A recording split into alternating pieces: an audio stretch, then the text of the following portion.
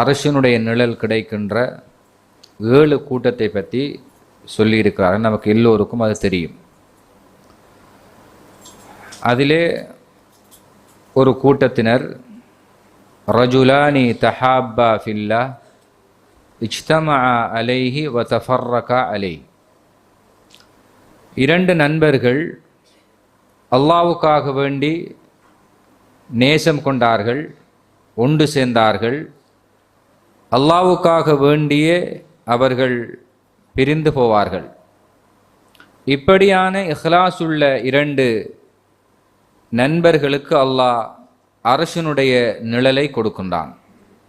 இப்போ அரசனுடைய நிழல் என்பது இன்றைக்கு பாருங்க, கோடிக்கணக்கான மைல்களுக்கு அப்பால் இருக்கின்ற சூரியனுடைய சூட்டை இன்றைய நாட்களில் எங்களால் தாங்க முடியாமல் கடுமையாக கஷ்டப்படுகிறோம். இந்த சூரியனை அல்லாஹ் மறுமையில் ஒரு மைலுக்கு மேலே கொண்டு வச்சிருவான். மக்கள் வியர்வை வெள்ளத்தில் தத்தளிக்கின்ற ஒரு அகோரமான காட்சி. வஜிய யௌமஇதின் பிஜஹன்னம், அந்த நேரத்திலே நரகம் இழுத்து கொண்டு வரப்படும். நரகத்தினுடைய 70,000 கடிவாளங்கள் இருக்கும். ஒவ்வொரு கடிவாளத்திலும் 70,000 வானவர்கள் இருப்பார்கள். கிட்டத்தட்ட 490 கோடி வானவர்கள் அந்த நரகத்தை கண்ட்ரோல் பண்ணக்கூடிய மிகப்பெரிய படைப்பு. அதை இழுத்து கொண்டு வந்து அதனுடைய வெப்பம், சூரியனுடைய சூடு எல்லாம் ஒருமித்த நிலையில்தான் இந்த அரசனுடைய நிழலை அல்லாஹ் 7 தொகுதியினருக்கு வழங்குகிறான். அதில் ஒரு சாரார் தான் இறைவனுக்காக வேண்டி தங்களுக்கிடையில் நட்புத்துவத்தை பயன்படுத்தி கொண்டவர்கள், நட்புறவாக நடந்து கொண்டவர்கள். இன்றைக்கு சமுதாயத்தில், சமூக நடைமுறையில் நட்பு என்பது ஒரு ஆன்மீகம் சார்ந்த சம்பந்தமாக இல்லாமல் ஒரு சடவாத சிந்தனையோடு உலக நோக்கத்தை அடிப்படையாக கொண்ட நட்புறவுகள் தான் இன்றைக்கு நிறைய உருவாக்கப்பட்டிருக்கிறது. ஏதோ ஒரு டாக்கெட் வச்சு ஒருவரோடு ஒருவர் நட்பு வைத்து கொள்வார். இவரோடு நாம் நட்பாக இருந்தால் இவரிடத்தில் இருந்து எதையாவது நாம் பெற்றுக்கொள்ளலாம், இவரோடு நாம் நட்பாக இருந்தால் இதன் மூலமாக ஒன்றை நாம் சாதிக்கலாம் என்ற துன்யாவுடைய நோக்கத்தை இலக்காக கொண்ட நட்புகள் தான் இன்றைக்கு நிறைய இருக்கிறது. இவைகளையெல்லாம் தாண்டி இஹ்லாஸாக நட்புறவு கொள்ளக்கூடிய நண்பர்களுக்கு அல்லாஹ் அரிஷின் நிழலை கொடுத்து அவர்களை கௌரவிக்கிறான் என்றால் அது இந்த ஈமானுடைய அடிப்படையில் அமைந்த நட்புக்கு கிடைக்கின்ற வெகுமதியாக இது பார்க்கப்படுகிறது. ஸல்லல்லாஹு அலைஹி வஸல்லம் சொல்லுகிறார்கள், சில அடியார்கள் இருக்கிறார்கள், அவர்கள் நபிமார்களோ சுஹதாக்களோ அல்ல, ஆனால் மறுமையிலே அல்லாஹ் சுவனத்திலே அவர்களுக்கு வழங்கக்கூடிய வெகுமதிகள், சுவனத்து நட்பேறுகள், இன்பங்கள், இவைகளையெல்லாம் பார்த்து அந்த நபிமார்கள், அந்த சுஹதாக்கள் பிரமித்து போவார்கள், ஆசைப்படுவாள் இப்படி நமக்கு கிடைக்க கூடாதா என்று. அந்த அளவுக்கு அல்லாஹ் அவர்களை கௌரவத்தின் உச்சத்தில் வைத்து அல்லாஹ் கண்ணியப்படுத்துவான். அப்ப ரசூல் அந்த மெசேஜை சொன்ன நேரத்தில் சஹாபாக்கள் கேட்கிறாங்க, யா ரசூலல்லாஹ், நபிமார்களை பிரமித்து போகின்ற அளவுக்கு அல்லாஹ் கௌரவப்படுத்தக்கூடிய சொர்க்கத்தின் பேரை வழங்கக்கூடிய அந்த மக்கள் யார் என்று கேட்ட நேரத்தில் ரசூலுல்லாஹி ஸல்லல்லாஹு அலைஹி வஸல்லம் சொல்கிறார்கள், அவர்கள் எனக்காக நட்பு கொண்டவர்கள் என்று சொன்னார்கள். அல்லாஹ்வுடைய விஷயத்தில் இஹ்லாஸாக நட்பு கொண்டவர்கள் தான் அவர்கள் என்று அல்லாஹ்வுடைய தூதர் சொன்னார்கள். மறுமையில் அல்லாஹ் ஐனல் முத்தஹாப்பூன பிஜலாலி, என்னுடைய மாட்சிமையில் எனக்காக வேண்டி நட்பு கொண்டவர்கள் எங்கே என்று அல்லாஹ் உரக்க அழைத்து அவர்களை அல்லாஹ் கண்ணியப்படுத்துகின்ற ஒரு நிலையை மறுமையில் அந்த அல்லாஹ்வுக்காக வேண்டி உறவு கொண்டவர், நட்புறவு வைத்தவர்கள் அடைந்து கொள்வார்கள் என்று ஸல்லல்லாஹு அலைஹி வஸல்லம் சொல்கிறார்கள். இப்போ ரசூலுல்லாஹ் இன்னொரு செய்தியை சொல்றாங்க, ஒரு தீய நண்பனுக்கும் நல்ல நண்பனுக்கு இடையில் உள்ள பாகுபாட்டை மிக துலாம்பரமாக தெளிவுபடுத்துகிறார்கள். ஒரு நல்ல நண்பனுக்கு என்ன அடையாளம், என்ன உவமானம்? அவன் ஒரு அத்தர் வியாபாரி மாதிரி. ஒரு அத்தர் வியாபாரி அவன் பக்கத்தில் போய் நின்றாலே நமக்கு மணக்கும், அதில் வரக்கூடிய மனம் எங்களுடைய உடம்புகளிலும் தாவும். இது போன்று ஒரு நல்ல நண்பனோட நாம் பழகினால் அவனுடைய நல்ல பழக்கங்கள் எங்களிலே பிரதிபலிக்க ஆரம்பித்து விடும். அதே நேரத்தில் ஒரு தீய நண்பனாக இருந்தால் அவன் துருத்தி வைத்திருக்கக்கூடிய ஒரு கொல்லனுக்கு ஒப்பானவன். அந்த துருத்தி அசைக்கின்ற போது அதில் இருந்து பறக்கின்ற தீப்பொறிகள் ஒன்று பக்கத்தில் உள்ள மனிதனை முழுமையாக பற்ற வைக்கும், அல்லது அவனுடைய ஆடை அது எரித்துவிடும் என்று அல்லாஹ்வுடைய தூதர் சொல்கிறார்கள். எனவே நல்ல நண்பன் என்றால் எங்களை நெறிப்படுத்துகின்ற, எங்களை வழிப்படுத்துகின்ற, நாம் திசை மாறி சில நேரம் போகின்ற நேரத்தில் எங்களை கொண்ட்ரோல் பண்ணி இஸ்லாத்தினுடைய கொள்கையிலும் இபாதத்திலும் நமக்கொரு முன்மாதிரியாக ரோல் மாடலாக இருக்கின்ற ஒருவன்தான் நல்ல ஈமானுடைய நண்பன், நட்புக்கு இலக்கணமானவன் என்பதை அல்லாஹ்வுடைய தூதர் ஸல்லல்லாஹு அலைஹி வஸல்லம் சொன்னார்கள். எனவே இந்த அடிப்படையில் தமது நட்பை வளர்த்து கொள்ளக்கூடியவர்கள்தான் மறுமையில் இறைவனுடைய அரசின் நிழலை கொண்டு சிறப்படைகிறார்கள். இதே போன்றுதான் ரசூலுல்லாஹ்விடத்தில் ஒரு நபி தோழர் வந்து கேட்கிறார், அல்லாஹ்வுடைய தூதரே மத்தஸ்ஸாஅ, மறுமை எப்போது உண்டாகும்? அப்ப ரசூலுல்லாஹ்விட்ட பார்த்து கேட்கிறாங்க, வமா அதத்த லிதாலிக், மறுமையை பற்றி விசாரிக்கிறையே, அதை எதிர்கொள்ள நீ எதை தயார்படுத்தி வைத்திருக்கிறாய் என்று கேட்டார்கள். அப்ப அவர் சொன்ன ஒரே ஒரு பதில் தான், வஹிப்புல்லாஹ வ ரசூலஹ, நான் அல்லாஹ்வையும் அல்லாஹ்வுடைய தூதரை நேசிக்கிறேன் என்று சொன்னார். அப்ப ரசூலுல்லாஹ் சொல்றாங்க, அல் மர்உ மஅமன் அஹப்ப, யார் யாரை நேசிக்கிறாரோ அவர் நாளை மறுமையில் அவரோடு தான் இருப்பார் என்று சொன்னார்கள். இப்ப ரசூலுல்லாஹ்வை நேசிச்சா வெறும் நேசம் மாத்திரமல்ல, அந்த நேசத்தின் பின்புலத்தில் நபிகளாரின் சீரா வாழ்க்கை வழி எங்களில் வெளியாக வேண்டும். அவங்க எப்படி வாழ்ந்தாங்க, அது ஒவ்வொரு விஷயங்களும் நமது வாழ்க்கையில் பிரதிபலிக்கின்ற போதுதான் அந்த நட்பினுடைய உண்மையான வடிவம் என்ன செய்கிறது, உருவாகிறது. வெறுமனே மஹப்பத் வைப்பதன் மூலமாக மாத்திரம் இந்த அந்தஸ்தை அடைய முடியாது. எனவே ரசூலுல்லாஹ் ஸல்லல்லாஹு அலைஹி வஸல்லம் அவர்களை நேசிக்கக்கூடியவர்கள் அவர்களோடு நாளை மறுமையில் உண்டாக இருப்பார்கள்.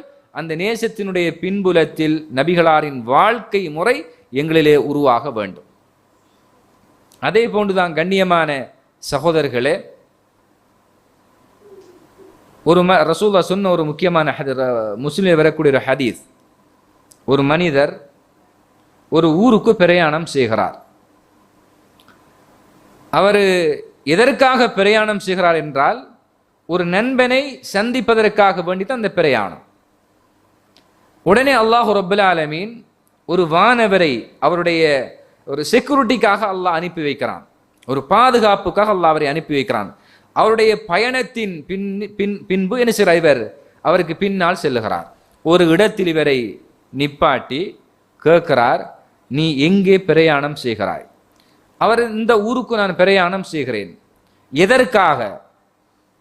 நீ உன்னுடைய நண்பனிடத்தில் ஏதாவது பெற்றுக்கொள்ள வேண்டுமா, அல்லது அவருக்கு நீ ஏதாவது கொடுக்க வேண்டுமா என்று கேட்டார். அவர், அது எதுவும் கிடையாது, அல்லாஹ்வுக்காக அவரை நேசிக்கிறேன், அதனால் அவரை சந்திக்க போகிறேன் என்று சொன்னார். அப்ப இந்த வானவர் சொன்னார், மனித தோற்றத்தில் வாரார். அவர் சொல்லுகிறார், நான் அல்லாஹ்வினால் அனுப்பப்பட்ட ஒரு தூதுவர், உனக்கு ஒரு நற்செய்தி சொல்ல வந்திருக்கிறேன். நீ எப்படி இஹ்லாஸாக அல்லாஹ்வுக்காக ஒரு நண்பனை நேசிப்பதற்காக உன்னுடைய ஊரில் இருந்து இன்னொரு ஊருக்கு பயணப்பட்டு வந்திருக்கிறாயே, நீ அவரை நேசிப்பதை போல அல்லாஹ் உன்னை நேசிக்கிறான் என்பதை உனக்கு சொல்வதற்காக என்னை அனுப்பி வைத்தான் என்று அந்த வானவர் சொல்லுகிறார். முஸ்லிமிலே பதிவு செய்யப்பட்ட ஆதாரபூர்வமான செய்தி. அப்ப இறைவனுக்காக ஒரு நண்பனை நாம் நேசிக்கிறோம் என்றால் அல்லாஹ்வுடைய நேசத்தை அது நமக்கு பெற்று தருகிறது. அந்த அளவுக்கு மிக முக்கியமான ஒரு இபாதத்தாக இந்த நட்புறவு என்பது அமைந்திருக்கு இஸ்லாத்தினுடைய பார்வையில். எனவே தான் இன்றைக்கு நிறைய இளைஞர்களை பாருங்க, யுவதிகளை பாருங்க, அல்லாஹ்வை பற்றி ரசூலை பற்றி நல்ல மக்களோடு ஒரு நட்புறவாக நடப்பது சம்பந்தமாக அவங்களிடத்தில் நிறைய பெரிதான அளவுக்கு ஒரு விசுவாசம் கிடையாது. ஒரு நடிகரை பற்றி கேட்டா, ஒரு கூத்தாடிகளை பற்றி கேட்டா, டேட் ஆஃப் பர்த்லேருந்து மேரேஜ் டேட் வரைக்கும் நினைச்சுவாங்க, அப்படியே பக்கம் பக்கமாக சொல்லுவாங்க. அவ்வளவு நேசம். சில பெண்கள், ஆண்களுடைய, யுவதிகள், இளைஞருடைய மணி பர்சில் என்ன செய்து அந்த கூத்தாளுடைய போட்டோக்களை கூட வைத்திருப்பார்கள். யார் யாரை நேசிக்கிறாரோ அவரோடு நாளை மறுமையில் அவர் இருப்பார்.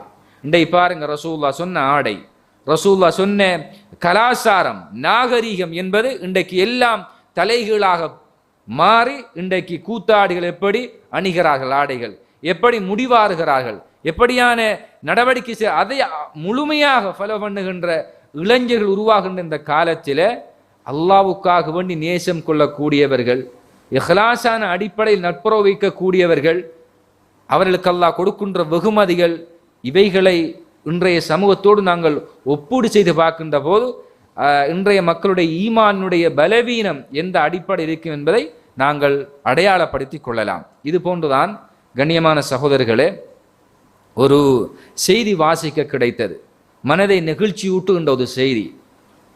ஒரு மனிதர் 2 பேர் மிக நண்பர்களாக வாழ்கிறார்கள். திடீரென்று ஒருவர் மௌத்தாகி விடுகிறார். மௌத்தாகி 5 வருடமாக ஆகிறது. இந்த 5 வருஷத்துக்கு பின்னால திடீரென்று தன் மௌத்தான நண்பனுடைய ஃபோன் அந்த நம்பர்லேருந்து ஒரு கோல் ஒன்று வருகிறது. உடனே எடுத்து ஆர்வத்தோடு இவர் விசாரிக்கிறார்.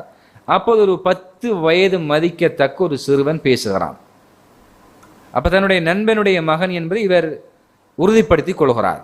அவன் பேசக்குள்ள அந்த புள்ள சொல்லிச்சு, எனக்கு ஒரு பைக்கில் ஒன்று வாங்கித்தாங்க, நான் ஓடணும், எனக்கு ஆசையாக இருக்கிறது. அப்போ இவர் சொல்கிறார், உனக்கு நான் பைக்கில் வாங்கித்தாரேன். ஓகே சரி, இந்த நம்பர் உனக்கு எப்படி கிடைச்சிச்சு? அப்போ அந்த புள்ள சொல்லிச்சு, என்னுடைய தந்தையினுடைய ஃபோட்டோ ஒன்றை எடுத்து பார்த்தேன், அதிலே என்னுடைய தந்தைக்கு பக்கத்தில் நீங்களும் இருந்தீர்கள். அதுக்கு பின்னால் உங்களுடைய நம்பர் எழுதப்பட்டு என்னுடைய தந்தை ஒரு மெசேஜ் ஒன்று எழுதியிருக்கிறார். சில வேளை நான் மௌத்தானால் உங்களுக்கு வாழ்க்கையில் ஏதாவது கஷ்டங்கள் தேவைகள் ஏற்பட்டால் இந்த நம்பருக்கு நீங்கள் தொடர்பு கொண்டு அந்த தேவைகளை பெற்றுக்கொள்ளலாம் என்று இருந்தது. அதனால் தான் நான் எடுத்தேன் என்று சொன்னார். அவர் கண்ணீர் மல்கக்கூடிய ஒரு நிலையை அவர் அடைகிறார். உண்மையான நட்புறவு இப்படித்தான் இருக்கிறது. என்னுடைய நண்பன் நான் மௌத்தாகி விட்டாலும் என் குடும்பத்துக்கு உதவி செய்யக்கூடிய அந்த இஹ்லாஸோடு வாழுகின்ற நிலையை அந்த நட்புத்துவத்திலே அமைந்திருக்க வேண்டும் என்பதை வரலாற்று பின்னர் நமக்கு சொல்லுகிறது. இதுதான் உண்மையான இஹ்லாஸ் நட்பின் அடையாளமாகும். அதெல்லாம் ரசூலுல்லாஹ் சொன்னாங்க, என்னுடைய தந்தை அவருக்கு ஒரு நண்பர் இருந்தால், என் தந்தை மௌத்தானால் என் தந்தையின் நண்பரோடு என்னுடைய நட்புறவை நான் உறுதிப்படுத்திக் கொள்ள வேண்டும், அதை நாம் ஃபாலோ பண்ண வேண்டும் என்று இஸ்லாம் சொல்லுகிறது. அந்த அளவுக்கு அதனுடைய முக்கியத்துவம் இஸ்லாத்தினுடைய பார்வையில் பெரிய இடத்தில் வைத்து பார்க்கப்படுகிறது. எனவே கண்ணியமான சகோதரர்களே, அல்லாஹ் உலக மக்களுக்கு 7 கூட்டத்திற்கு அரசின் நிழலில் வழங்கியவர்களை கௌரவிக்கிறான் என்றால் அது சாதாரணமான அமல் செஞ்சவங்க இல்லை. இன்றைக்கு நட்புறவு என்ற ஒரு விஷயம் ஒரு சின்ன விஷயங்கள் போன்று தெரிந்தாலும் அது ஈமானின் அடையாளத்தை உறுதிப்படுத்துகின்ற ஒரு அம்சமாக இருக்கிறது. அல்லாஹ்வுடைய தூதருடைய காலத்தில் ரசூலுல்லாஹ்க்கு எப்பொழுதும் பெரும்பாலும் 2 ஆடைகள் தான் வச்சுக்கிருப்பாங்க. ரசூலுல்லாஹ் ஜனாதிபதி, பெரிய அல்லாஹ்வுடைய தூதர், இப்படியான கட்டமாக இருந்தாலும் அவங்களுக்கு 2 ஆடை தான். இப்போ இன்றைக்கு உலகத்தில் யாருக்கும் 2 ஆடை இல்லை. நம்ம பெருநாளைக்கு வாங்குறோம் 4-5 ஆடை பிள்ளைகள் கேட்க நம்ம வாங்கி கொடுப்போம். ரசூலுல்லாஹ் மௌத்தாகின்ற வரைக்கும் 2 ஆடையோட இருந்தாங்க. ஒரு ஆடையை வளமையாக அணிந்து கொள்வார்கள், இன்னொரு ஆடையை வெளிநாட்டு பிரமுகர்களை சந்திக்கின்ற நேரத்தில் அல்லது பெருநாள் தினங்களில் மற்றத்தை அணிவாங்க. அப்போ ரசூலுல்லாஹ்வுடைய இந்த நிலைமையை பார்த்து ஒரு பெண் ரசூலுல்லாஹ் மீது கடுமையாக கஷ்டப்படுறாங்கள ரசூலுல்லாஹ் என்று வேதனை அடைந்து மனசால அவங்களுக்கு ஒரு ஆடை ஒன்று ஒரு பெண்மணி செய்கிறார். அந்த ஆடையை செஞ்சு வந்து ரசூலுல்லாஹ்ட்ட ரசூலுல்லாஹ் போட்டுக்கிற ஆடை வந்து கடும் ட்ரஃப்பான ஆடை, மிச்சம் என்ன ஷாக்கு போன்ற கடும் ட்ரஃப்பான ஆடை. அப்போ அழகான ஒரு ஆடை ஒன்று நெய்து கொண்டு அந்த பெண்மணி ரசூலுல்லாஹ்வுக்கு கொடுக்குறாங்க. சஹாபாக்கள் இருக்கின்ற ஒரு சபையில் அந்த ரசூல் அந்த ஆடை எடுத்த உடனே ரசூலுல்லாஹ் இருக்கல, உடனடியாக தன்னுடைய வீட்டுக்குன்னே செய்கிறாங்க. பள்ளியோடு இணைந்ததாக வீடு இருக்கிறதால ரசூலுல்லாஹ் ஒளிம்பி வீட்டுக்கு போய் தன் ஆடையை கழட்டி போட்டு அந்த புதிய ஆடையை விடுத்து சஹாபாக்களுக்கு மத்தியில் வந்தாங்க. ஒரு சஹாபாக்களுடைய முகமெல்லாம் அப்படி நிலா போன்று வெளிக்க ஆரம்பி, அவ்வளவு சந்தோஷம். அல்லாஹ்வுடைய தூதர் அணிந்து வந்த ஆடையை பார்த்து சஹாபாக்கள் கடுமையாக சந்தோஷம் அடைந்தார்கள். ரசூலுல்லாஹ்வுக்கு கூட அது கடும் சந்தோஷமா இருந்துச்சு. அப்ப இந்த கட்டத்தில் ஒரு நபி தோழர், அல்லாஹ்வுடைய தூதரே அந்த ஆடையை எனக்கு தாங்களேன் என்று கேட்டார். சஹாபாக்களுக்கு வந்த எரிச்சலை வார்த்தைகளால் வர்ணிக்க இயலாது. பார்வைகள் அம்பு எறிவதை போன்று இருக்கிறது.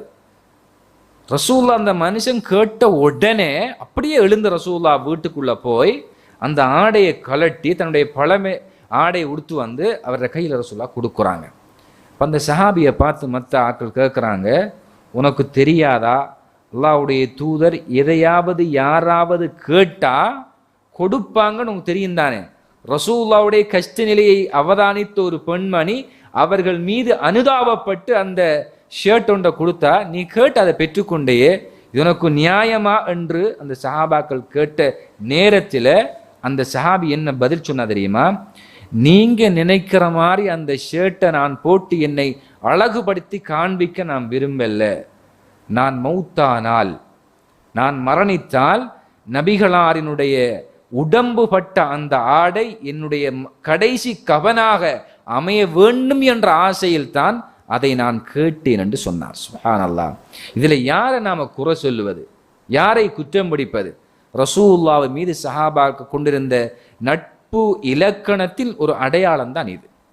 எனவே கண்ணியமான சகோதரர்களே, நாங்கள் உலக வாழ்க்கையில் நாளாந்தம் எங்களுடைய வாழ்க்கையோடு சம்பந்தப்பட்ட ஒரு விஷயம்தான் இந்த நட்புறவாகும். எனவே நாம் கொள்ளுகின்ற நட்பு இஹ்லாஸாக இருக்க வேண்டும். அல்லாஹ்வுக்காக வேண்டி என்ற அந்த எண்ணத்தில் அந்த நட்புறவை நாங்கள் அமைத்து கொள்ள வேண்டும். நாம் யாரை நேசிக்கிறோமோ அவர் இஸ்லாத்தின் பக்கம் நமக்கு வழிகாட்டக்கூடிய ஒரு வழிகாட்டி போன்று இருக்க வேண்டும். ஒழுக்கம், நாகரிகம், பண்பாடு மிக்க நல்ல நட்புறவு கொண்டவராக அவர் அமைய வேண்டும். இந்த அன்புக்குரியவர்கள்தான் நாளை மறுமையில் அல்லாஹ்வுடைய நாவினால் ஐனல் முத்தஹாப்பூனவி, எனக்காக நேசம் கொண்டவர்கள் எங்கே என்று அல்லாஹ் எழுப்பி அவர்களை அரசின் நிழலில் கொண்டு அல்லாஹ் கௌரவப்படுத்துகிறானே, அந்த கூட்டத்தில் நாங்களும் சேர்வதற்கு எல்லாம் வல்ல அல்லாஹ் எனக்கும் உங்களுக்கும் அனுகூலம் அளிப்பானாக. வ ஆகிரு தஅவானா அனில் ஹம்துலில்லாஹ்.